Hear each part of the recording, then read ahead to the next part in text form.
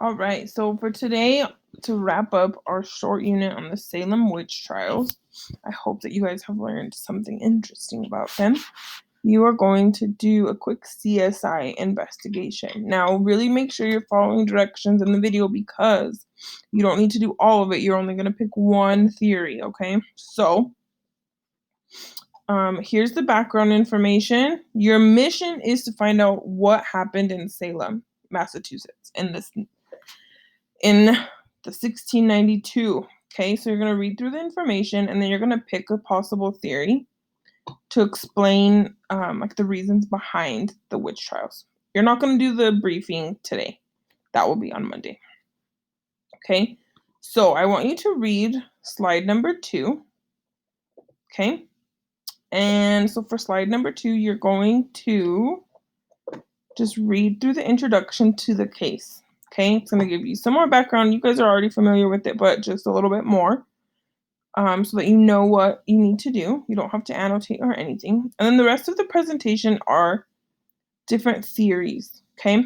So you have theory number 1. Could a disease have caused the accusations, right? So remember that these women in the Salem witch trials were accused of witchcraft. So could a disease have caused it? There's ergo, which is a fungus. And remember, I think in the TED Ed video, it talked a little bit about how maybe that could have been the cause for her hallucinations, right? And then it's going to ask you questions that you're going to answer, just right on here on this document. And then theory number 2, could jealousy have caused the accusations?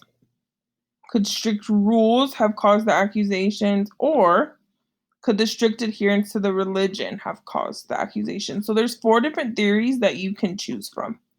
Okay, and then attached to the same assignment is the readings that go along with it. So if you picked theory 2, could jealousy have caused the accusation, you're going to get the information in this Salem Witch Trials PDF document. Now I have them all together just to make it easier so you have all the readings in one spot. But if you didn't pick theory number 1, you don't need to read theory number 1, right? So if you pick theory number 2, this is the article that you're going to read to help answer your question or help complete your assignment here.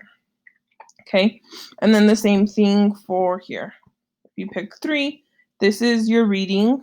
You're using this reading to answer the questions here. Again, you only have to pick 1, but I want you to have really good, strong answers. So if you're doing this when there's 3 different questions, or there's 3 parts to this question, so I expect you to answer each part, right? What symptoms? You don't just list them out. I want complete sentences. I want you to be thoughtful, and I want you to look at what information you have here. Remember, if you're citing from the source, you're taking the information, you're copying it, and you're pasting it here. Okay, you might have to adjust it a little bit, but you can take it from the text, paste without formatting. Still have to adjust it a little bit because it's not perfect. But just make sure again that you have the quote so that I know it's from the text.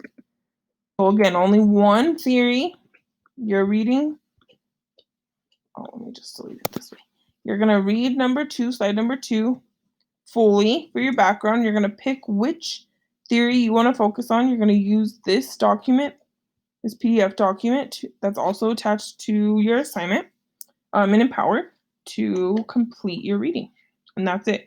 This should not take you, like this part should be turned in 1 day.